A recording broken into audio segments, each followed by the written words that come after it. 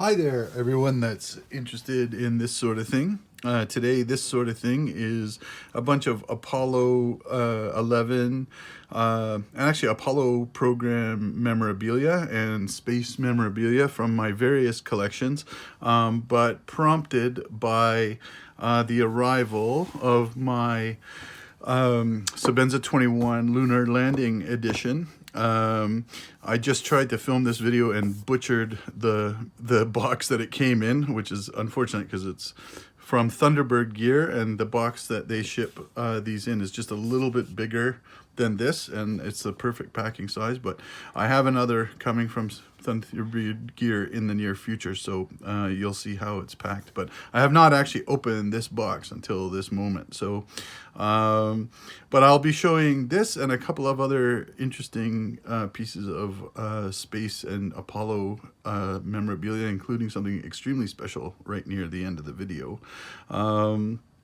So this will be my first CGG knife, so I'm very interested to see that. Oh, and I'd ordered some spare back spacers, so Steve from Thunderbird Gear put them in the same box. So yeah, I'm going to use those to make some lanyards for another project to do with my Chris Reeve knives collection. So this one, I think I'll have a good look at what's in the box, including this little bit of lint or whatever, just because this is my first CGG, so computer generated graphic knife, and I just want to see if there's anything special in here. Okay, interesting. I wonder if this is an older folder. The more recent knives that I've received, like my small 21 Encingo and my Sebenza 31, came with a 2019 folder. This one is the older, only goes up to 2015, so that's interesting. Maybe they're running out and just threw this one in, but I don't know the birth date. Let's see what the birth date is. So December 26th, so Boxing Day in Canada. Very interesting. I was well, I'll talk about that in a minute, but I guess I'm kind of glad that I got a 2019 edition. Well, I'll talk about it now. I was talking with Alyssa at Chris Reeve Knives, and we were speculating about what the future value of the Lunar Landing knives would be, and she was saying some customers wanted a 2019 birth date on the knife because that's the year of the 50th anniversary of the moon landing. I wasn't sure because I know they're making a bunch of them right now. I think they've finished the Sebenza 21 versions of the Lunar Landing, but they still have the 31 versions. So I think the 31 versions will be produced in 2020. Okay, and the card obviously that comes with it is the standard card that came with the Sebenza 21s. It does not have any special narrative about the CGG, so that's something I was curious about. Okay, so that's good news. So let's have a look at the knife. It comes with the leather pocket slip, which is what they do for all the... Oh, it's got some gunk on it there, but it cleaned right off. Which comes with all the wood inlay knives and CGG and unique graphics knives, and the usual fluorinated grease and Allen key to take it apart. And your Chris Reeve burrito with the prize inside. So let's lay this out and have a look. I just love opening these. I got a bunch to do this. Oh, look at that. Isn't that gorgeous? Okay. Interesting. So this is the first computer-generated graphics Sebenza that I've ever had and ever held. Those of you that have seen my videos know that there is no dealership that carries Chris Reeve knives in my city. So every Chris Reeve I've ever held has been my own, and one that I'm holding for the first time. I never get to try them out. But that is a stunning design. And I actually, for most of the year, I kind of looked at it online and sort of debated whether I would get it. But I ended up finally caving, and I'm kind of glad I did, because that is really quite stunning. The artwork for this is by Kayla Moss, and of course the way this is done is computer generated graphics. So they have the image and it's done by CNC, computer numerically controlled machining. And this chrysocolla cabochon, which is a copper mineral, and it's really interesting that mine seems to have a little fleck of copper on it. I was wondering what this would look like in person, because I've seen a lot of photographs and some of them are a little bit darker, because obviously this represents the planet Earth in the background of the surface of the moon. So I thought if they had used a sapphire or something darker to represent the Earth, mostly ocean, but that still looks very attractive. And I like that there's like this little fleck there. Maybe that's Australia on the globe. And of course, the American flag in the visor, it's an artistic choice. If I was designing this, I would probably put the flag in the background, but actually probably because shows better as a reflection. And what would they have done?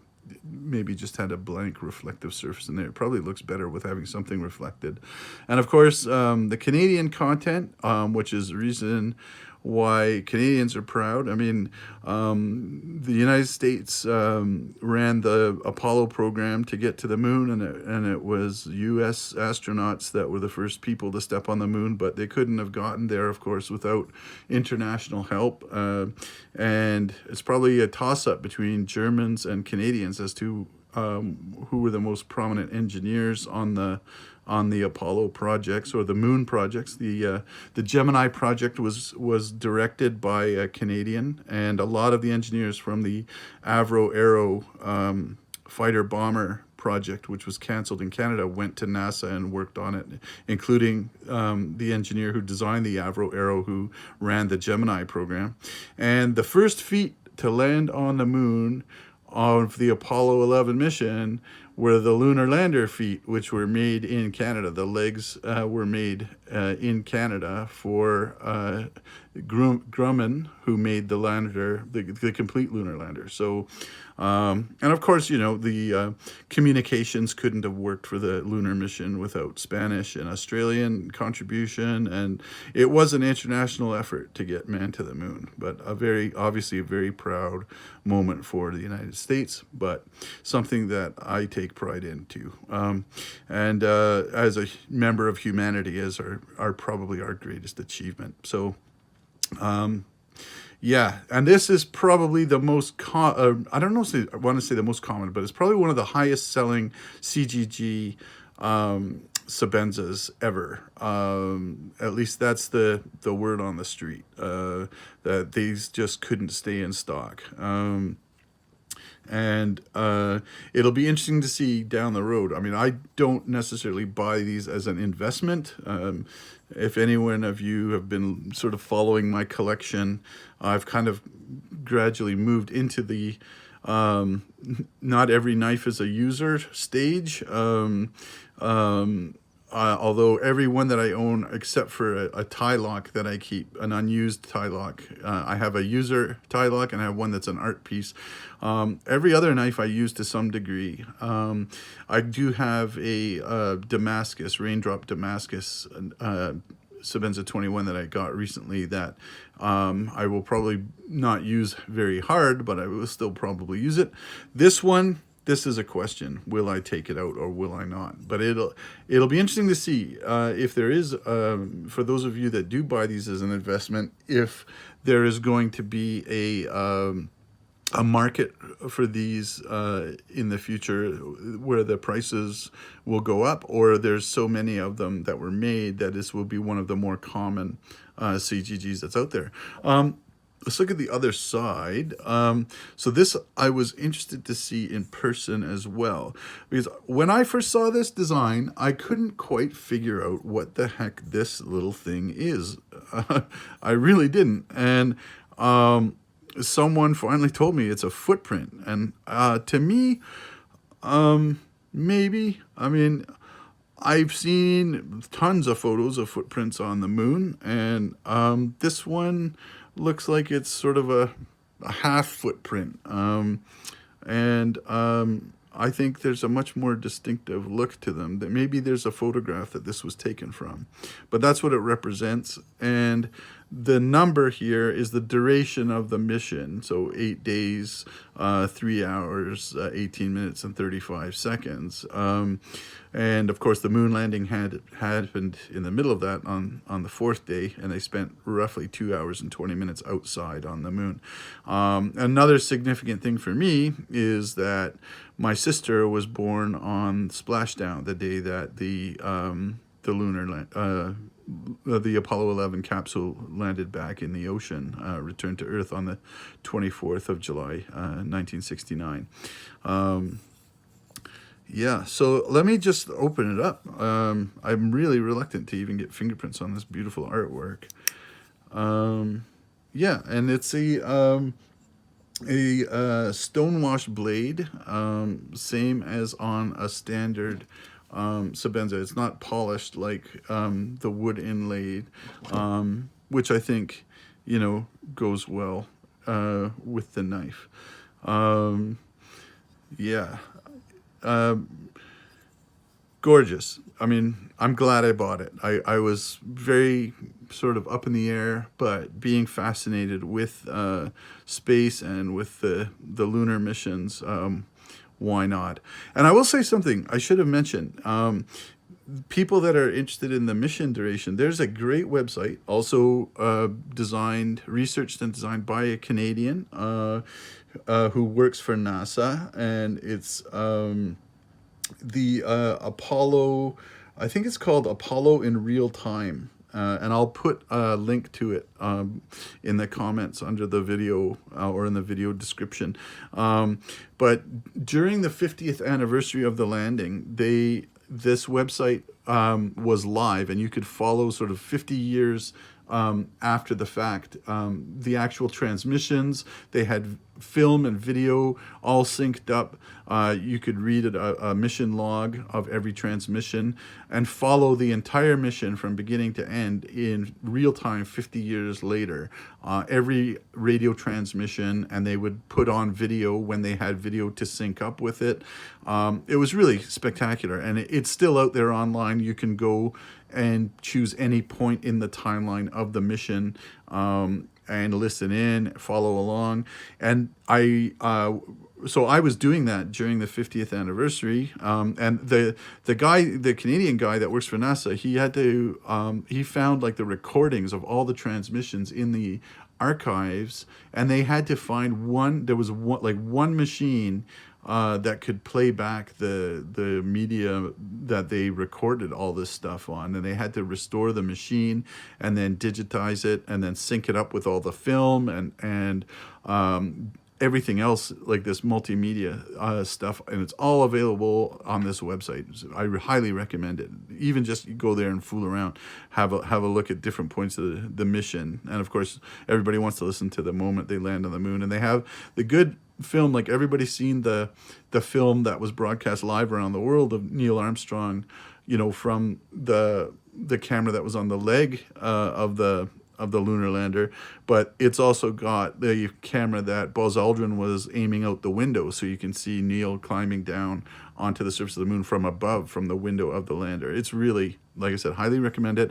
And when I went to double check the website today that it was still there, they've also now added Apollo 17, so the last mission to the moon. I haven't checked it out yet, and it also says they're working on Apollo 13, which is the one that didn't get there, made famous, well, was famous when it happened, but again, the movie that brought it back to life in everyone's memory. So I'll be curious to see if over the next couple of years they add all the Apollo missions, but check that out.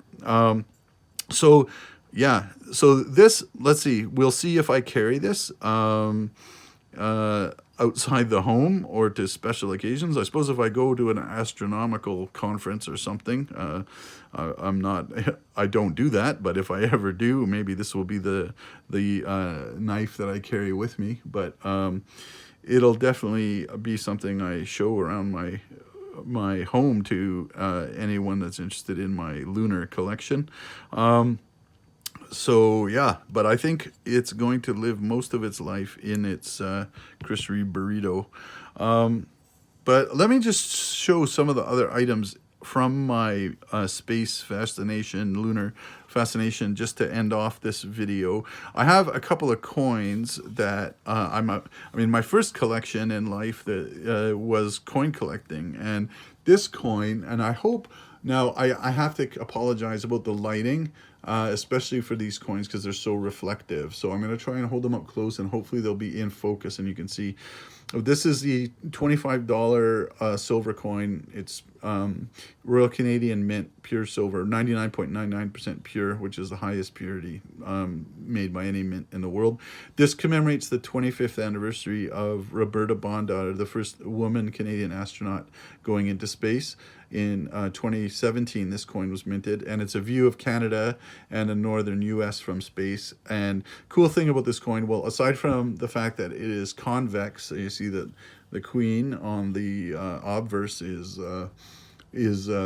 concave, but it also glows in the dark. So if you throw it under a light and then turn off the lights, you'll see this glow in the dark image of northern North America.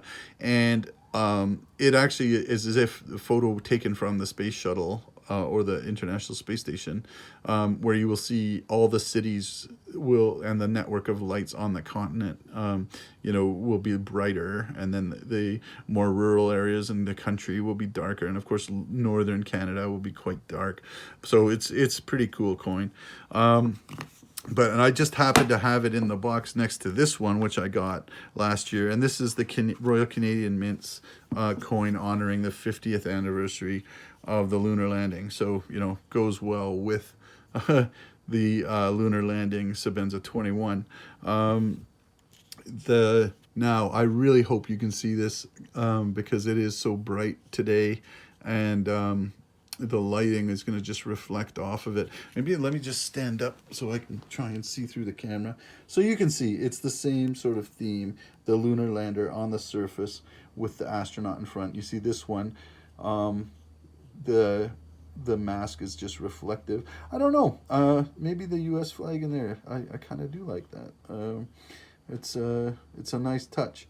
But yeah, okay, so yeah, hopefully you can see that. Oh, maybe you can see me. I can wave to you in the reflection of the coin. Okay,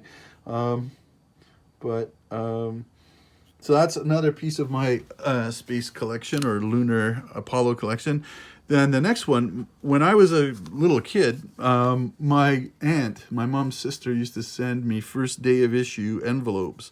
For those of you that aren't stamp collectors, which I am not, but I was more of a coin collector, but I do pick up the occasional one because my aunt, when I was small, like very small, 1 and 2 years old, used to send me these first day of issue envelopes where when a stamp is issued, they put it on an envelope and they cancel it with the day that it came out. So this was the issue of the first man on the moon United States stamp, which was, I guess, issued on September 9th, but the moon landing actually happened on the 20th of July.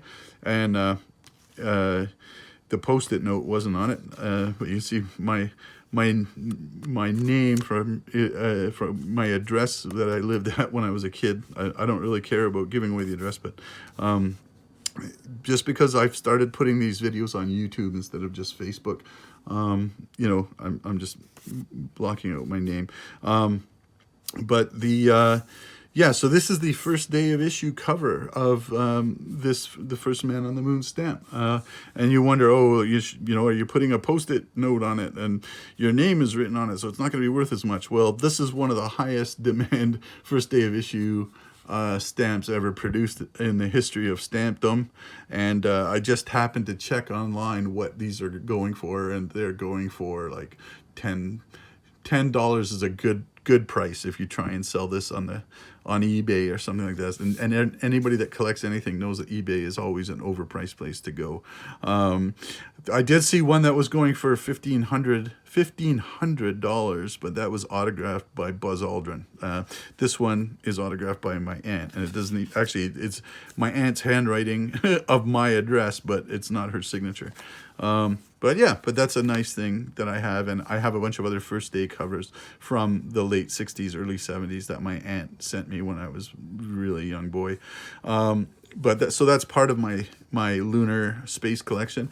But here's the highlight. Aside from this gorgeous knife that just arrived, I got a chance to meet the fourth man that walked on the moon at a conference I was at. And this is his autograph, Alan Bean, who was on Apollo 12 and was the second one to step off the ladder on that mission. So the fourth person to step on the moon. And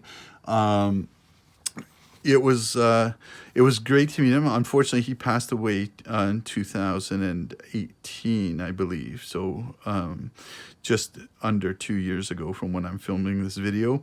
But when I met him, he was very fascinated by the fact that I was a Canadian infantry officer, and he started asking me all these questions about what rifle I'd carried and if I'd used the FN rifle, and he was asking questions about it. And then he said, oh, you know, I'm going to be played by a Canadian. Dave Foley's going to play me in this TV series that's coming out. And turns out, yeah, the series From the Earth to the Moon, which I do own on DVD, but I'm not going to show it off in this video. It's a mini-series about the Apollo program. He was played, they have an entire episode about the Apollo 12 mission, and Dave Foley plays him. And he said, yeah, I'm going to be played by a Canadian.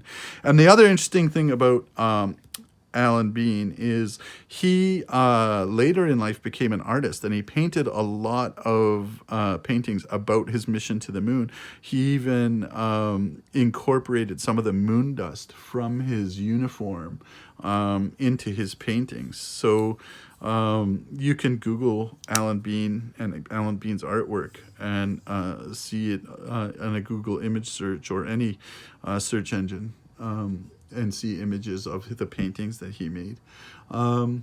So that's it. That's the arrival of the Sebenza 21 small lunar landing, and a little bit of my other Apollo memorabilia or a space collection. Hopefully you found that interesting. I'm wondering now if I should have gotten the large one, but I prefer the smalls for using. But since I'm not going to use this, it's still gorgeous. I'm really impressed with it. Yeah. Wow, I just love the way that the satin polished handle is so reflective. Really makes the image stand out. Well, so that's my first CGG Sebenza, and I think I picked a good one. Anyway, I hope you enjoyed that, and have a great day. So long for now. Hey, a little bit extra. As usual, when I turn off the camera and finish the video, I always notice something new or different. And the one thing that I didn't pick up on when I was talking before is the gold coloring inside the flag in the helmet, and also on the lander. But you can see where there was gold foil on the real lander. They've put gold coloring on the knife handle, but it changes depending with the light. So as you move the handle in the light, you'll see the metal goes from sort of the natural um, satin satin polished titanium color to a goldish color. So I'm just moving it slowly so you can hopefully see that. Anyway, another little piece of beauty that just adds to the look of this great Sebenza 21. Anyway, I just thought I'd add that in at the end of the video, just because I thought that was a stunning addition that I didn't pick up on when I was busy trying to cover all my other Apollo memorabilia. Anyway, I hope you enjoyed seeing that. So long for now.